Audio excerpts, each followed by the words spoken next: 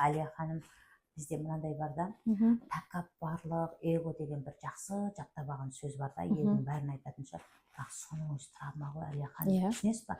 Ол біреуді признание ала алмағаннан болады оның біреуді барлығы. менсінбеу, біреуді төмендету, или мен кереметпін, сен сорлысың, или наоборот, біреудің алдында бейшара болу, оның барлығы травма ғой, Әлия ханым. Мен соған жүрегім ауырады да. Әрбір әйелдің бойында әлемге деген сенім бар. Құдай берген біздің өзіміздің программамыз туғандағы. Жоқ, травмаңмен жұмыс жаса десең бар ғой, ана елдер саған бүйтіп қарайды ғой. Енді қараңыз да, шешім керек, әркім өзінің Дұрыс шешім айтасыз. керек. Көрінетін дүние всегда жалған болған, всегда жалған болады. Ақшаға жармасасын ба, иллюзия болады. Таяқ жейсің. Еркекке жармасасын ба, таяқ жейсің. Бала-шағаға жармасасын ба, таяқ жейсің. Неге жармасасын? Жетістікке жармасасын ба? Мен сөзбен емес, практикадан өткен адаммын. Өмір бақи ақшаға жармасып, қымбат деген не бір отельдерде жатып бақытсыз болғанда мен таң қалдым ғой. Ақша болса мен бақытты боламын дегенім ғой, неге мен бақытсызбын деп, понимаете? Так что практик психологтармен жұмыс істеу керек негізі. Анау жаттанды информациямен жаттап алып, кітаптан оқыған, ондай диплом алған, дипломды сатып алып жатқандар да көп қой. Мысалы, именно осы психологияның дипломын сатып алып, больницаға жұмысқа кіретіндерді білем. Просто диплом сатып алып кірді. Мектептерге жұмысқа кіретін әйелдерді білем да мен. Қазір мектепте мұғалімдер бар, мысалы, мектепке үлкен андай проверка өтпей ақ қойсын, жай диктант жаздыртатын болса, 50% жұмсақ қылып айтайын, 50% 2 мен 3 алып шығады мұғалімдердің ішінде. Дипломы бар деген білімді деген сөз емес. Білім деген ол опыт, ол тәжірибе, личный опытың, понимаете? Информация – это информация, ал білім ол опыт болу керек та. Сол үшін врачтың ішінде не, білімсіз врачтар жоқ па не? Бар. Юристтердің ішінде заң білмейтін юристтер жоқ па не? Бар. Так что қазір білім – это не показатель ума деп айтамын мен ше. Диплом – это не показатель ума деп айтамын, понимаете? Потому что бізде көп ата-аналар ескі стереотиппен бала шағасын тоқпақтайды ғой. Оқу деп.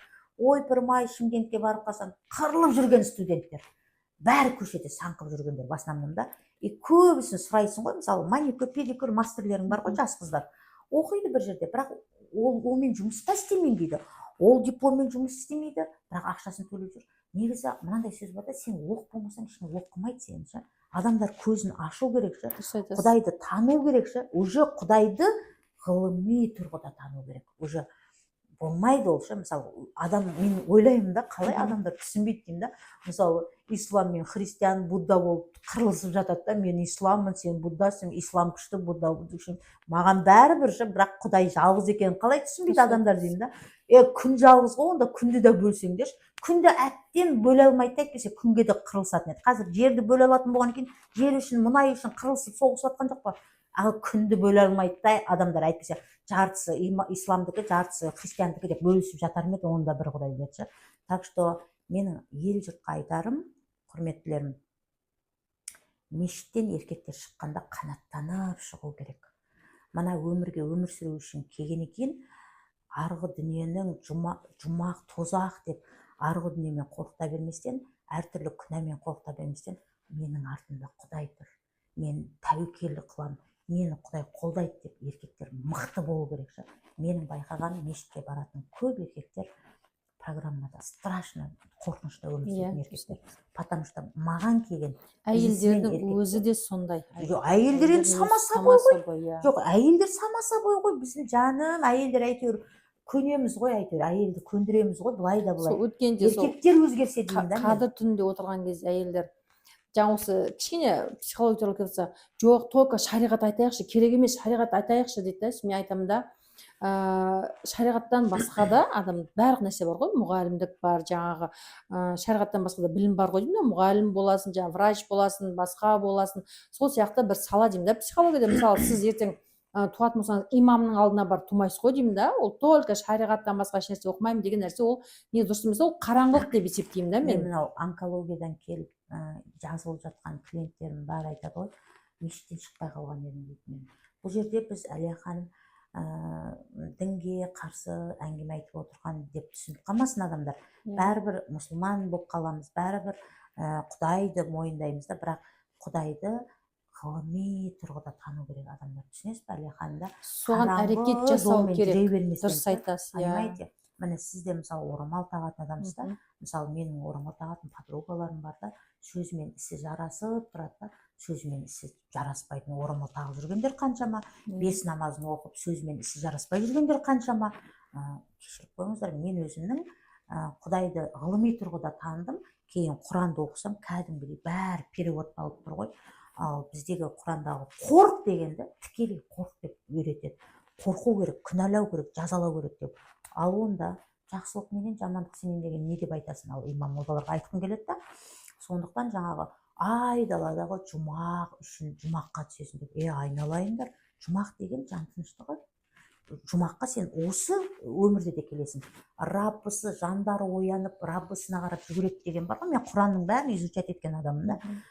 Жаны оянып деген, мына миды тоқтатып, жанымен өмір сүргенде Алланы табады адам. Түсінесіз ба? Вот, сол үшін Құдай десеңіздер, ғылыми тұрғыда түсініңіздер. Сонда көздеріңіз ашылады да.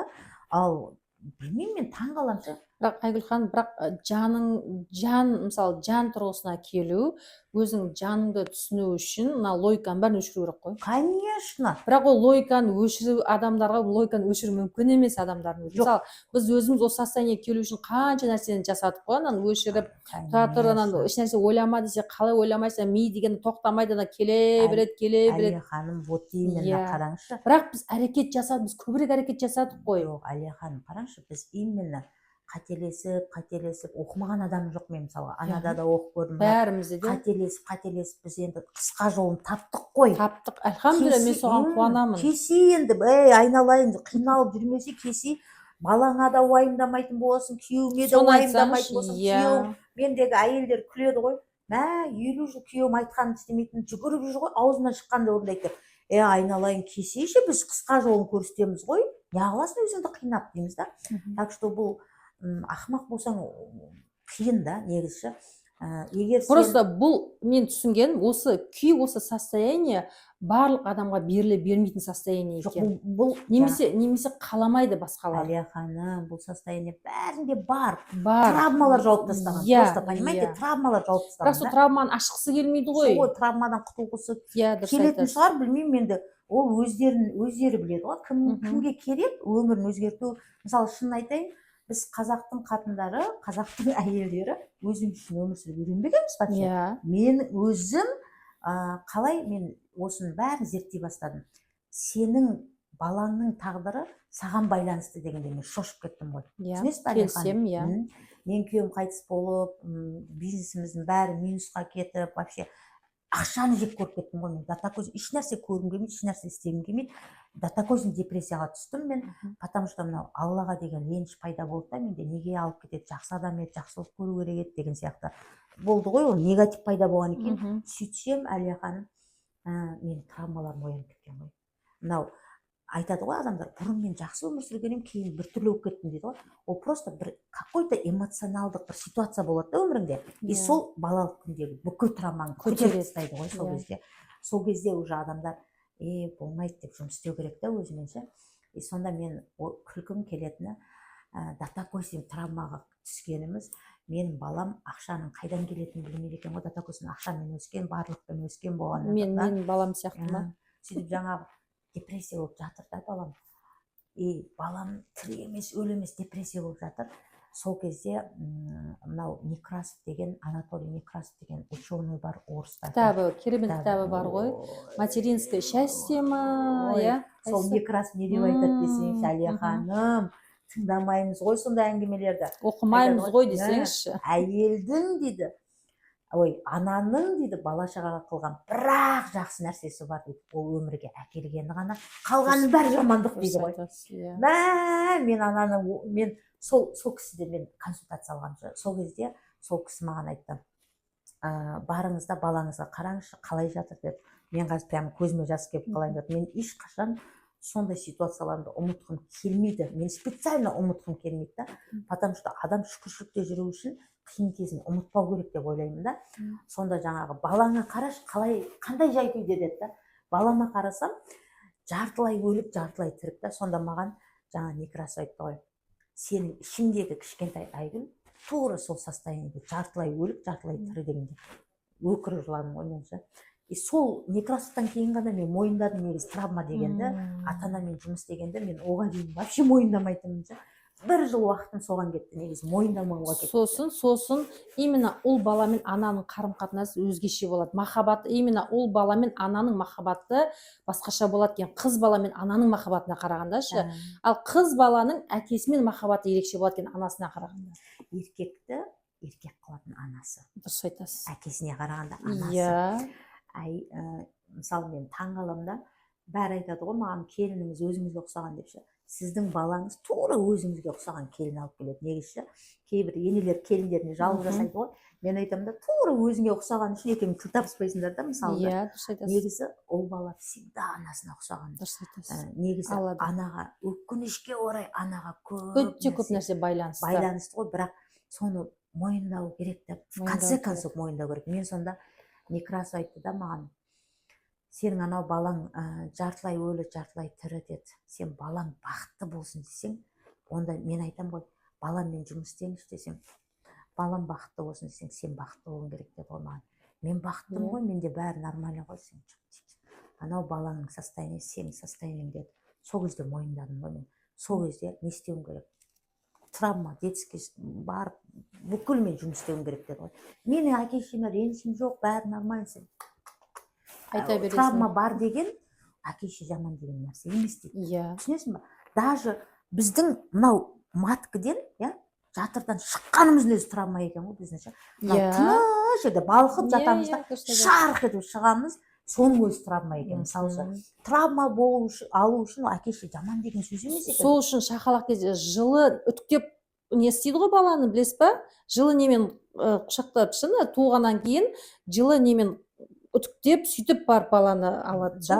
Даже дейді да, сен травманың қалай келгенін білмеуің де мүмкін дейді. Мысалы, мынау бізде қазақта қандай Әлия шындық бесікке байлап тастайды да, жылатып тастап кетеді ғой. Бізге балаға қарау маңызды емес, бізге анау қайын жұрттың көңілінен шығу керек, пәленбай адамның төсегін салу керек. Сандыққа байлап қойған ғой бұрын.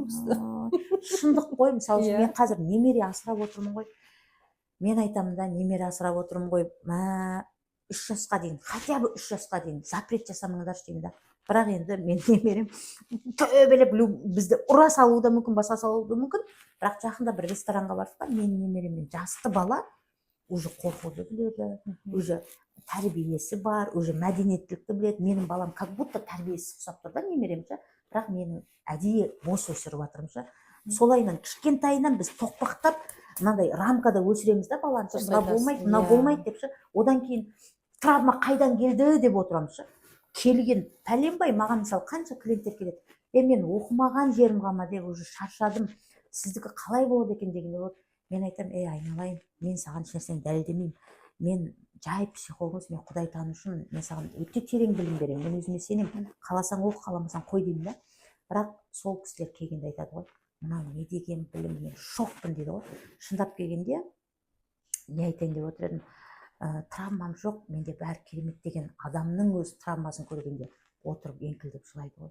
Қарап отырсаңыз, Әлия ханым кешіріңізші, біздің шынайы табиғатымыз, жанымыз, мынау көрінетін денеміз, бұл жалған, бұл главный емес. Бірақ адамдар осымен өмір сүреді ғой. Бірақ бұл дене, бұл машина программасы өмір сүре алмайды.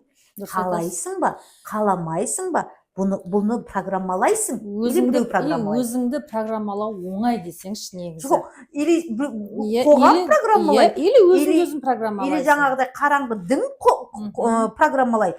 Мысалға, қалай айтсам екен? Меніңше былай түсіндіремін бұны. Мысалға, біз компьютерді қолданатын кезде, біз мониторын, әшін тап-таза монитор сатып аламыз. Бұяқтан процессорге барамыз да, программа жаздырамыз. Дұрыс па? Вот монитор қосқан кезде, сол программа мониторға шығады. Тура сондаймыз ғой. Мысалы, сен просто или өзіңді, сен әрбір көріп атқан, жаман негатив көріп атқан, нен барлығы осыған программа болып жазылатын адамдар білмейді. Жан, мынау машинаны басқару керек қой. Бізде Бізде мынау керісінше машина жанды басқарады. жауып тастаған, жанды вообще жауып тастаған. Естпейміз, Жоқ, естпейміз тыңдамаймыз, біз, иә. білмейміз. Жаның кішкентай сөйлеп жатсашы, жоқ, татыр дейміз ғой. Бияққа қосып кетеміз да. Да, понимаете? Бізде Керемет. адамнан пайда болған, ойбой, Әлия ханым, программа көп қой, даже бай кедей дегеніңіз жай программа ғой. Иә, программа. Мен небір байларды білем. $1 миллион үйі бар, бірақ бақытсыз, алқаш, наркоман. Немесе балдары. Ол деген сөз бай болмау керек деген сөз емес. Просто қарапайым адамдардың шамал дүниесі бар адамдарға қарап қайғыратынына жыным келеді, Әлия ханым. Мен бар ғой, осы өмірдегі ең үлкен байлық махаббат деп ойлаймын. Өзім мен балама айтам постоянно. Балам, сенен бақытты адам жоқ деймін да. Сүйген адамыңды алдың, балаң бар, әйелі тамаша, мен келінім өте тамаша. Өзім келін өзім ғашықпын. Мен айтам да, сенен бақытты адам жоқ деймін да. Семьяда береке бар болса, ақша келеді деймін да. Просто маған келеді ғой клиенттер, күйеуі жақсы да, бірақ сода минус іздеп, травманың арқасында ананы прямо адам жоқ та, минус та бәрі. Сонда ойлаймын да, махаббат бар жерде любой нәрсені жеңуге болады ғой. Неге деймін да, анаған қарап, ананың үйі 2 этажды, мынаның үйі мынандай машинасы бар, анау шетелде қыдырып жүр деп. Мына программамен жүру ғой, салыстыру, күресу, жарысу. Кішкентайымыздан бізді сөйтіп үйреткен ғой, біреумен жарысу, күшті болу, мақсат қою, жету да. А то, что бізді Құдайдың өзі алып жүретін ешкім білмейді да. Өкінішке орай ше. Білем деген адамдардың өзі білмейді да. Қазір шынайы Құдайды таныған адамдар санаулы ғана Қазақстанда. Санаулы ғана. Мен білетін, өзім білетін 1-2 адам бар. Мысалы, шынайы Құдайды таныйтын. Поэтому Құдайды уже ғылыми тұрғыда тану керек ше.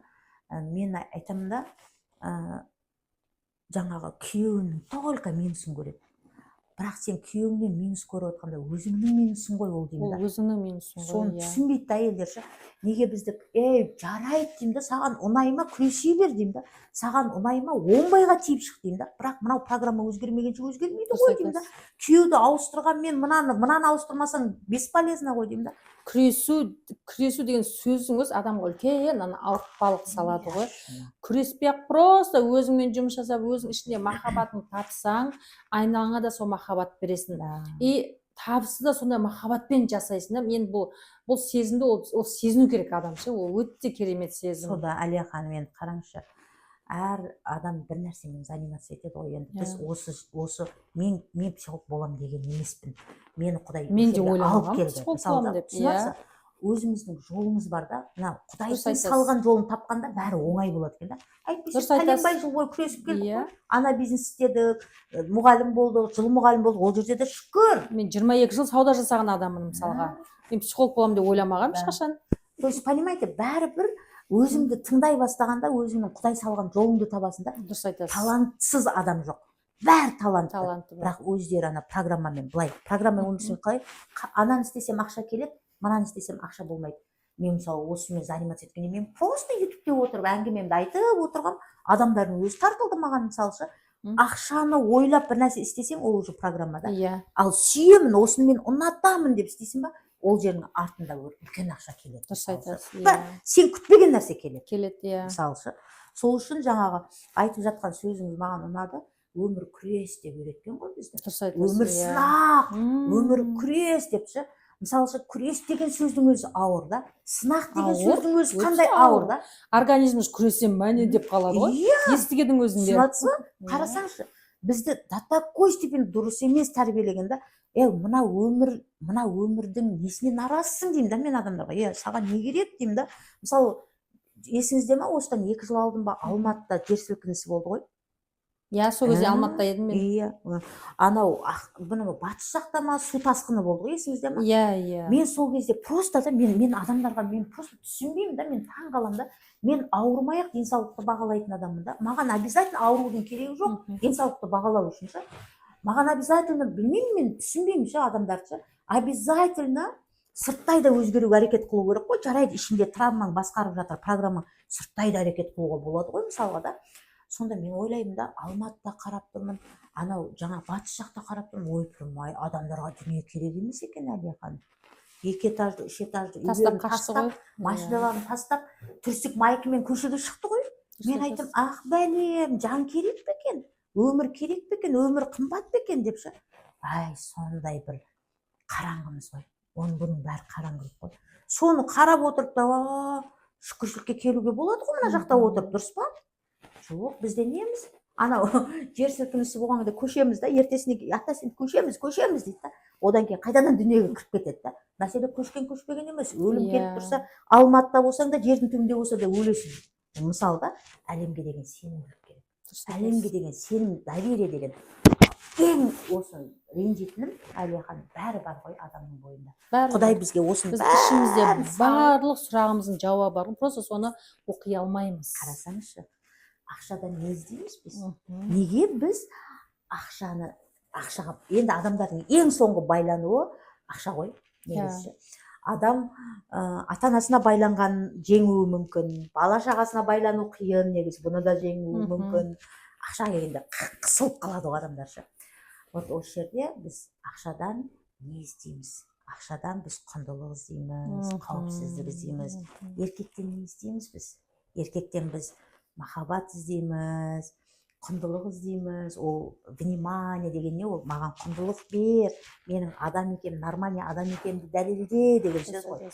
Ал енді қарап тұрсақ, неге жармассақ та, қандай мақсат қойсақ та, сол мақсатымыздың артында өзіміздің бойымыздағы бар табиғатымыздағы бар нәрсені іздеп жүрміз ғой. Ақшадан қауіпсіздік іздейміз, қауіпсіздік біздің табиғатымызда бар. Сол табиғатыңызды танысаңыз болды. Қауіпсіздік іздеп жүрсіз ба? Бар. Мынандай да, қараңызшы, бұрын материалдық заманда, сіз бағана басында айттыңыз, есіңізде ме? Материалдық, физикалық заманда біз бірінші мақсатқа жететін едік та, күресіп, одан кейін сезінетінбіз. Қазір энергетикалық заман.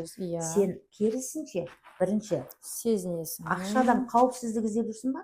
Қауіпсіздікті сезін. Тотально қауіпсіздікте өмір сүр. Ақша өзі келеді. Осындай заман. Соны ғой адамдар түсінбейді да. Мысалы, көрінетін дүниенің бәрі жалған. Ақша иллюзия. Айгүл ханым, осы мен бұрын еститінмін да, жаңа соның бәрі иллюзия, оның бәрі ол иллюзорный жизнь. Мен қалай деп түсінбейтінмін да мен. Вот соны түсіну үшін мен көп уақыт кетті ғой енді түсіну. Бұрында қазір енді түсініп келе жатырмыз ғой. Мысалы, сіз соны түсіну үшін қанша уақыт кетті, қалай жеттіңіз? Негізі Құдай ешқашан қателеспейді дейді ғой. Менің бала шағам үйін ремонттады да, менің үйімде отырды, үйімде өмір сүрді. Содан мен айғайлап, мен өзім айғайлап, ана потокқа кіріп кетсем айғайлап, прямой эфир өткізетін адамдарға. Сол кезде бала шағамның границасын қой деп, айғайламайын деп, амал жоқ, тыныш отырып жаңағы практикаларды істей беремін ғой. Тыныш отырып практикаларды істей беремін. И каждый, сіз айтып жатсыз ғой, кімнен білім алдыңыз деп ше. Практикада отыра беремін. Любой сұрағыма жауап келеді ғой. Тарс етіп. Дәл сол кезде келмеуі мүмкін. Ұйықтап тұрам, тарс етіп жауап келеді. Мен өзім қорқа бастадым басында. Маған қай жақтан келіп жатыр білім деп ше. Одан кейін бір запроспен отырам практикаларға. Аяқ киім жуып, бір нәрсе істеп жүргенде тарс етіп келеді да. Любой сұрағыма негізі мен кеңістіктен білім алуды үйрендім. И ол любой адамның қолынан келеді. Мысалы, интуиция дейді. Интуицияда барлық адамда бар. Бірақ біз мынау қатты денемен өмір сүріп үйрендік. Дұрыс қой, бірақ сіз осы состояниеге қалай келдіңіз? Бірден келмедіңіз ғой сіз. Қандай жолдардан өттіңіз? Мен бар ғой, медитацияға келдім бірінші. Медитацияға білесіз бе, білмейсіз бе, Мақпал Карибжанова деген бар. Жаңағы чисто медитациямен білім береді. Бірақ өкінішке орай медитация не үшін керек дегенді мүмкін ол түсіндірген шығар, может мен травмамен түсінбеген шығар, біздің такойсын травмамыз бар, қабылдамаймыз да ғой. Бірақ медитация істесем күшті болам да, медитация біткеннен кейін жаман болам. Медитация істесем күшті болам да, бұл не пәле деп ойладым. 5-6 жыл болды ма? 5 жыл болды ма?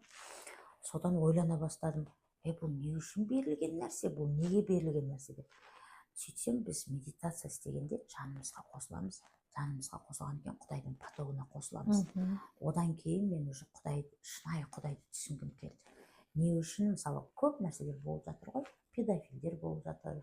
Анасын зорлап жатқан еркек балдар бар. Өкінішке орай қандай обидно. Өзінің әкесін өлтіріп жатыр да. Әлия ханым, ойлаңызшы. өзінің әкесін өлтіріп жатыр, өзінің анасының қойнына кіріп жатқандар бар, өзінің қызының қойнына кіріп жатқан бар да. И сонда ойлаймын да, бұл адам болса ондай нәрсе істемеу керек қой, бұл сонда қайдан деймін да. И осындай сұрақтар мені Құдай тануға алып келді ғой, ақырындап. Бірақ мынандай подкастта Құдай тануды түсіндіру мүмкін емес. Ол үшін практика істейміз да. Сол кезде адам түсіне бастайды, өмір неден тұрады, қалай тұрады дегенше. Просто мына көрінетін дүниенің барлығы жалған. Себебі әлемнің бәрі энергетикадан тұрады. Просто, понимаете? Сондықтан мынау ақшаға жабыса бересің ба? Пока ақшаны сен қағаз деп көресің, пока сен ақшаны цифра деп білесің, ол көрінетін дүние, сен оған байланғансың да. Ал бірақ қараңыз да, физикалық денеге ақшаны просто инструмент деп алу керек, құрал деп алу керек. Ал жанмен уже жоғары деңгейде ол уже энергия да. Ал адами өмірде ол сен қаншалықты құндылық бересің адамдарға, қаншалықты адамдардың проблемасын шешесің, соншалықты ақша табасың деген сөз ғой былай қарағанда. Сондықтан мен адамдардың ақшаны ұстағанда эмоцияға келетініне таңғалатынмын да. Басында неге деп сөйтсем, бұл адамдар үшін жай құрал емес екен, бұның артында қаншама керек емес артық мағынаны қосып қойған екен да. Бұл енді отдельный тема болады. Енді ақша, былайша айтқанда сен өзіңді ақшаны өзіңнен жоғары құндылық қылып жібересің ғой. Ақшаны бала шағаңнан да артық құнды, мысалы даже баланың қалауына ақша қимайтын уақыт болады ғой. Не нәрсеге құндылық берсең, сол нәрседен ажырағың келмейді. И көбісі өзінің вот именно не үшін достигаторлар көп, мысалы ақша табатын жағдайға жетеді. Байқайсыз ба, ажырағың келмейді, бірақ ажырайсың. Иә. Мынандай себебі анау көп самооценкасы төмен адам ақша көп тапқан кезде өзінің төмен самооценкасын сол ақша арқылы көтергісі келеді да. Ойбай, талай әйелдер келді ғой. Айгөрген байына дейді, мен өзімді сүюді үйрендім дейді да. Бірақ дейді, күйеуіммен проблема, бала-шағаммен проблема дейді. Ойпырмай деймін, өзін сүйген адамда ондай проблема болмау керек қой. Қалай десем, өзін сүю қандай екен, маған үйретші десем, күлесің ғой, неше түрлі жақсы клиенттер бар ғой, жандарым білмеген екен істейді ғой оны. Жаңа бізде қуып неше түрлі, енді жел тұрмаса шөптің басы қимылдамайды дегенде неше түрлі қуатындар бар ғой. Мысалшы, коуч психологтардың ішінде де сен өзіңді сыйласаң бренд киесің, сен өзіңді сыйласаң брендовый сумка ұстайсың, сен өзіңді сыйласаң брендовый түрсік киесің деп күйдіргендер болды ғой. Енді атын айтамай-ақ қояйықшы, көргенсіздің көргені құрсын деп сол үшін айтады да.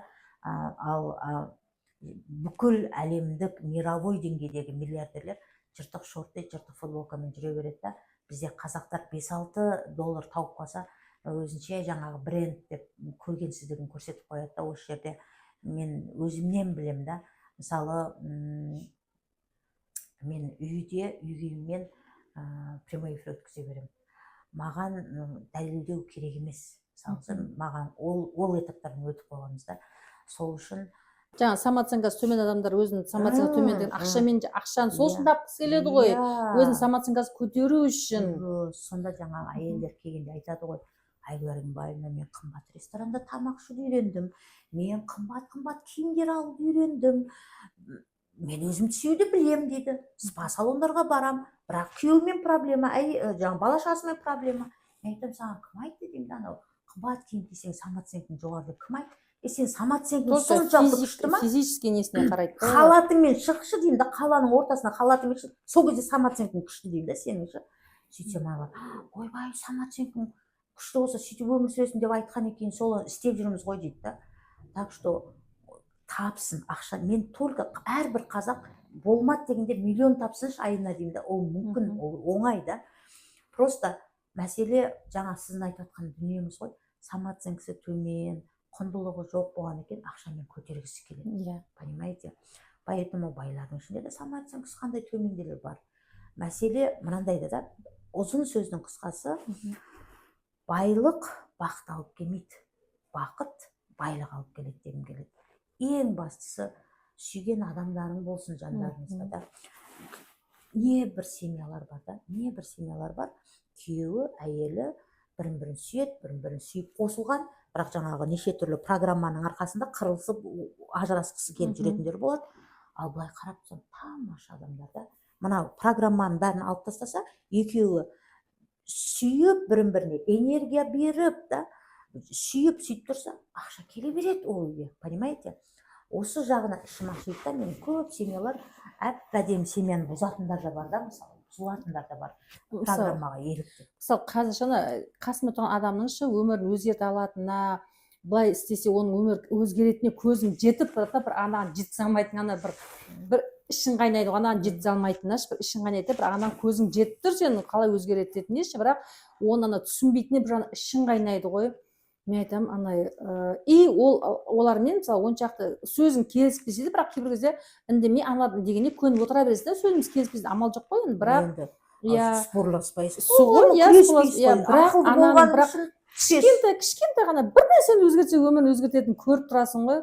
Бірақ ол демек оған әлі дайын емес, дайын болса Аллах тағалам алып келеді дейміз да. Сонымен Аллахтың несіне қарсы шықпаймыз ғой біз. Жарайды, ол бір күні дайын болар дейміз да.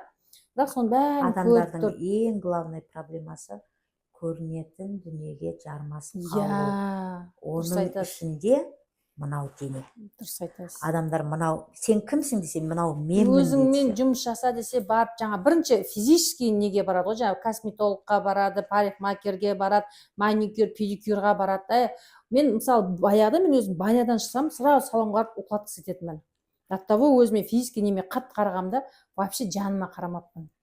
Кейін ең бірінші жаңа өзімді түсіну үшін ең бірінші дінге келдім, жаңа исламды зерттеп, одан кейін ояқта бір нәрсе жетпей жатқан кейін психологияға келдім да, қазір енді екеуін бірге қосып алып жүрмін. Альхамдулилля, көп нәрсені түсінемін да. Сол үшін де Әлия ханым байқайсыз ба, мысалы қаласаң да қаламасаң да артық салмақ ол уже не то нәрсе деген сөз да. Мен небір қазір күлкім келеді, небір психологтар отырады, артық салмақ деген артық сөз анау жерде ше.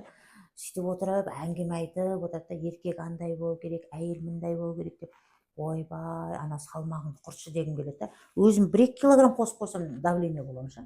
Сол үшін негізі дені сау адамның тәні де сау болу керек, жаны сау ше. Сол үшін мынау артық салмақпен психолог болып отырғандарға мен шок боламын ше. Потому что артық салмақ однозначно проблема деген сөз. Поэтому сіздің фигураңызға қарап қоямын ғой. Рахмет, сіздің фигураңызда зың. 52-де болсақ та Құдайға шүкір. Мені қыздарым айтады ғой. Маған айтады, жаңа бір сөзіңіз берейін, маған айтады, сіз енді мен бір 5 кило сізге жарасады деп ойлайсыз ба? Әлі әпше, сізге жараспайды ғой. Жаңағыдай осы нормальный ғой. Мен айтқанда мен өзім білемін деймін да. Мысалы мен артық салмақты жек көремін. Қазір енді возрастым қосып алды 4 кило, соны өзі тастауға әрекет қылып жүрмін. Соның өзіне барлық. Мен айтқанда мен өзім білемін, маған ұнамайды, жараспаса жараспай қойсын, бірақ маған артық май ұнамайды. Жоқ, артық салмақ дегеннің себебі бар ғой. Себебі бар ғой, иә. Оның обязательно себебі бар ғой. Себебі болады, иә. Мен өзім артық салмақты немерем пайда болғанда қосып алдым да. Байландым ғой немереме. Мен енді байланатын ешнәрсем қалмаған еді, немерем пайда болды, немереммен байландым. Одан артқа қайт дедім ғой. Бір келіншек келді да, менен жас келіншек келді, сонымен жаңағыдай тоже салмағы бар да, кішкене майлар шығып тұр ғой, сөйтіп ұнамайды, өзіме ұнамайды деп мен айтып жатырмын да, бопты, енді сіз жайлап байқап көріңізші, осы салмақ сізге не үшін керек екен деп. Сөйткен ана келіншек кейін сабақта айтады да, мен байқадым дейді да, мен бүйтіп өзіме жайлап зер салып қарадым, анау салмағым болса кішкене күйеуім алдында қадырым барып тұрады екен, кішкене салиқалы әйел сезінеді екенмін өзімді, кішкене майларым болса арық адам алдында өзім жаңа көрініп тұрады екенмін дейді да. Вот оның сол үшін салмақ қосып жатыр. Ол соны түсінді ана келін. Сөйтіп қазір мен өзіме, мен арық болсам да, фигурный болсам да, мен өзіме күйеумен бағалайды. Мен сондай болсам да, мен салиқалы әйелім деген программа орнап жатырмын дейді да. Осындай бір себебі болады ғой әр нәрсенің. Конечно. Мысалы өзіңіз ойлаңызшы, салмақ ол міндетті түрде или стресстен, или артық тамақтан келеді. Артық тамақты да проблемасы бар адам жей береді, ләззат алғысы келеді. Ал стресс енді тем более травма да. Мысалы, поэтому артық салмақтың себебі бар. Мен өзімде артық салмақ қалай пайда болады, мен себебін всегда біліп жүремін. Бір болады ғой, жаңа проект бастағанда, жаңағы стресске кіресің ғой, бәрібір ойланып, ұйықтамай, түнімен ұйықтамай, күнімен ұйықтамай жүріп қаласың ғой, сразу қосамын мен 1-2 килошы. Так что любой артық салмақтың себебі бар. Сосын мен өткен жаңа медитацияға кіріп, өзім түсінгенім, мен былай адамдармен жолысып, андай қылып тақасып, ойбай деп мен ақша тапқым келмейді екен. Мен ақшаны гармонияда жүріп, ойнап, күліп, адамдармен келісімге, договорға кіріп, адамдармен солай ақша тап, ана бүйтіп таласып, ана кіргізейік, ананы тартайық деген нәрсе, это не мое екен, мен үй жасай алмайды екенмін. Негізі ол адамның табиғатына қарсы нәрсе ғой. иә Ол жаңағы программамен өмір иә сүретін, иә күресіп ақшаны дұрыс қуып, жан дұрыс таласып, иә ұйықтамай.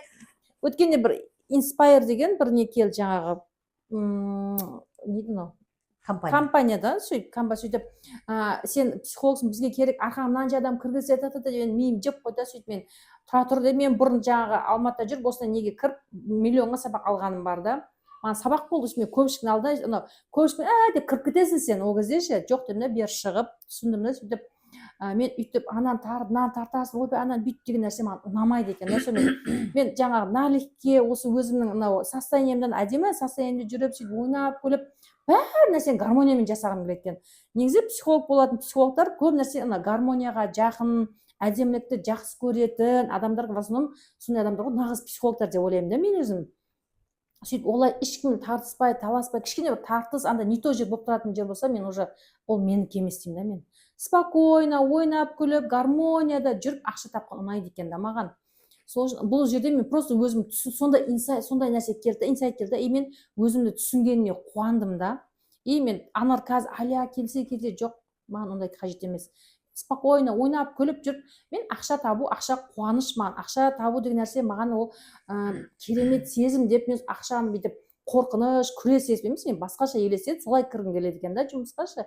И осы да кейін маған медитацияда келген кезде кайф қой мынау деймін, ойшы до того медитацияның рахат, кайф сезім айта алмаймын, мен оған да уақыт керек болды. Мына мен біраз адам тыңдаймын ғой медитация туралы. Отырғызбай да. Иә, сөйткен ана соны Джо Диспензаның баяғыда кітабын оқығам ғой, сол кезде анау неде жарысқа жүгіріп бара жатып, анау машина қағып кетіп, анау арқасынан омыртқасынан 7 жер сынып, сөйтіп только бүйтіп жатамын, ешнәрсе істей алмаймын, өйстіп жатып өзінің елестетіңіз. Иә, сол бүйтіп жатып қалғанда, сөйтіп 4 аптаның ішінде ма, уже сен калека болдың, инвалидный коляскаға таңыласың деп, бірақ сол 4 аптаның ішінде ма, ол өзін жаңа ойымен ана омыртқасын бәрін емдеп, жай-жайына салып, сөйтіп аяққа тұрған ғой. И ол өмір бақи сол өз оймен жасаған нәрсені ол өмір бақи ғылыми түрде оқып дәлелдеп келеді. Сол үшін соны адамдар айту үшін ғылыми түрде дәлелдеп, әлі соны оқып, сол үшін биологияны оқыды, сол үшін физиканы оқыды, әлі адамдар дәлелдеп, ғылыми түрде дәлелдеп келе жатыр. Сол кісі ше, мен соның жасаған әрекеттеріне қарағанда не деген адам деймін ғой. Просто адамдар өзіне просто сұрақ қою керек та, менің өмірім өзіме ұнайды ма деп. Иә. Ұнамайды ма, значит, что-то не то деп көру керек. Ал психологқа бармаса кімге барып емделейін деп жатыр, басқа ешкімге барып емделмейді. Бірақ бізде қазір квантовый скачокты көбісі қалай өткізеді, мен байқап жүргенім, квантовый скачок деген ол сені жақсы өмірге программалау ғой, былай ашық сөзбен айтқанда, иә. Бізде алады да, мысалы сізді алады да, сіздің травмаңыз тазаламайды, просто программалай береді да, жақсы өмірге. Болып кетуі мүмкін, болмауы да мүмкін. Бірақ дәл қазір болып кеткеннің өзінде бірінші түрі, ол адам ертең алдында бір нәрсе болады ма, эмоционалдық бір нәрсе, нестойкий бір нәрсе болады ма, ол адам қайтадан травмасы көтеріп кетеді, қайтадан ямаға түседі. Екінші түрі, травмасы бар адам қабылдамайды. Кезінде атын айтпай ақ қойын, осы жаппай бәріміз білім алдық қой, ойбай аффирмация істе десе аффирмацияны істедік, басымызды столға ұрып тұрып аффирмацияны істедік, ойбай жазсаң орындалады деді, жаздық. Одан ойбай тақаш тоқсаң орындалады, оны бәрін істемеген бәлеміз қалмады ғой. Коллаж істе деді, коллаж істеп қоймыз. Одан ойбай ана қымбат ресторанға барып тамақ ішеді, қымбат ресторанға барып тамақ ішеміз, кошелегімізде қарап қоймыз, нәрсеміз жоқ. Сөйтсем құрғыр мына дене вообще қабылдамайды екен ғой. Сол үшін ең бірінші, меніңше осы квантовый скачокты бастағанымда в здоровом теле здоровый дух дейді ғой. Мен мені квантовый скачокты бастағанда қатты ойландым да. Көп адамдар сразу жақсыға программалайды да. Көп адамның квантовый скачогын байқап шықтым да. Мен сол кезде ойландым, мен травмамды тазалау арқылы квантовый скачокқа келдім ғой. Бұл адамдарға, клиенттерге қалай істесем екен деп ойладым да. Кейін травманы қосып көрдім, бірінші потокқа жайлап қосып көрдім, қатты әсер етті қыздарға. Екінші потокқа тағы да қостым, үшінші потокқа тағы. Сонда мен түсінген 80% проблеманың бәрін травма шешіп тұр ғой сонда. Прикиньте, 60% дейінші. Ұшады ғой, ана 60% травмасы тазаланған адам ары қарап жаны оянып кетеді ғой, кәдімгідей өздері Құдайдың потогына қосылып кетеді. Ал оған дейін еш нәрсені істей алмайды олар. медитациялап отырған ғой, қабылдамайды дене. қабылдамайды дене. Аффирмацияны да Вообще қабылдамайды, басқаны да қабылдамайды. Иә, қабылдамайды. ол просто ең алдымен өзің жаңағы неңді мына миды тынышталдыру деген нәрсе бұл Жоқ, үлкен мынау жұмыс. ғылыми тұрғыда уже көздеріңізді ашыңыздар деп жатқаным сол да. Мгм. Әлем энергиядан тұрады. Иә. Адамдар хотя бы соған шамалы тоқталса деймін да, әлем энергиядан тұрады. Мына көрінетін дененің бәрі бұл тығыздалған энергия просто да. Сонымен ақ адам уже ойлана бастауға болады да. Кез келген адам, неважно қандай жағдайда, қандай ауруда өзгерте алады бәрін. Бәрін Поэтому өзгерте мен алады деп ойлаймын. уверена, Иә. любой ауруға ауру деген нәрсе жоқ деп айта аламын мен ше, потому что өзім де емдегенмін, қазір неше түрлі онкологиямен ауырғандарды емдеп жүрмін да. Аллама миллиард шүкір да.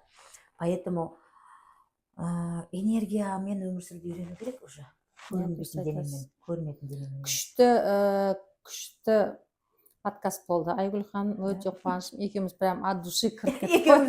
Екеумізге бір бес бармақ жетпей тұрған жерде. бір потокта екеуміз керемет, өте қуаныштымын. Құдай қаласа, егер де әлі иншаллах талай подкасттарда шақырамыз, иншаллах тағы бірге подкасттар өткіземіз. Өте керемет подкаст болды. Мен өзіме қатты ұнады, мен прям өзім сіз үйіп тыңдап жатқанын байқадым мен. Мынау көптеген қыз-келіншектер өзінің сұрақтарына жауап ала алды деп ойлаймын. Егер де менің оқырмандарым арасында прям сізге шыққысы келіп жатқан болса, парақшаның астынан белгілеп кетемін сіздің парақшаңызды. Рахмет келгеніңізге, Алла разы болсын, жұмысыңыз алға баса берсін. Тек табыс пен жақсылық өміріңізге, бүкіл әлемнің барлық жақсылығын тілеймін. Құдай қаласа аман болайық. Иншаллах тағы да подкасттар өткіземіз деген ниеттеміз. Әлия ханым, сізге де үлкен рахмет. Мен де негізі көп жерлер шақырып жатқан, бірақ сіз почему-то сіз түстіңіз. Тоже медитациядан кейін деп айтып жатырмыз ғой. Қандай тамаша, иә? Бұл деген сөз ол Алла сені алып жүреді ғой, былай Алла сені алып жүреді деген сөз ғой қарағанда. Енді мені көретін қыз келіншек демеймін, бүкіл қазақ халқы еркек әйел деп бөліскенді қойып, шамалы көзімізді ашайық. Баяғыда Абай Құнанбаевта небір зиялы қауымдардың өзі, көздеріңді ашыңдар, зиялы болыңдар дегеннің өзінің астында осындай бір тереңдіктер болған. Сол үшін Құдайды ғылыми тұрғыда танып білуге уже әрекет қылыңыздар. Әлемнің бүкіл заңдылықтарын зерттеп, әркімнің ойыншығы болып, әркімнің сөзімен өмір сүретін заман өтіп кетті деп ойлаймын. Программаға түспей десеңші. Анау айтты, мынау айтты емес. Лучше өзіңіздің жаныңызды Құдайдың жолын тапсаңыз, Құдай сізге көрсететін болады. Сізге де рахмет, Әлия ханым.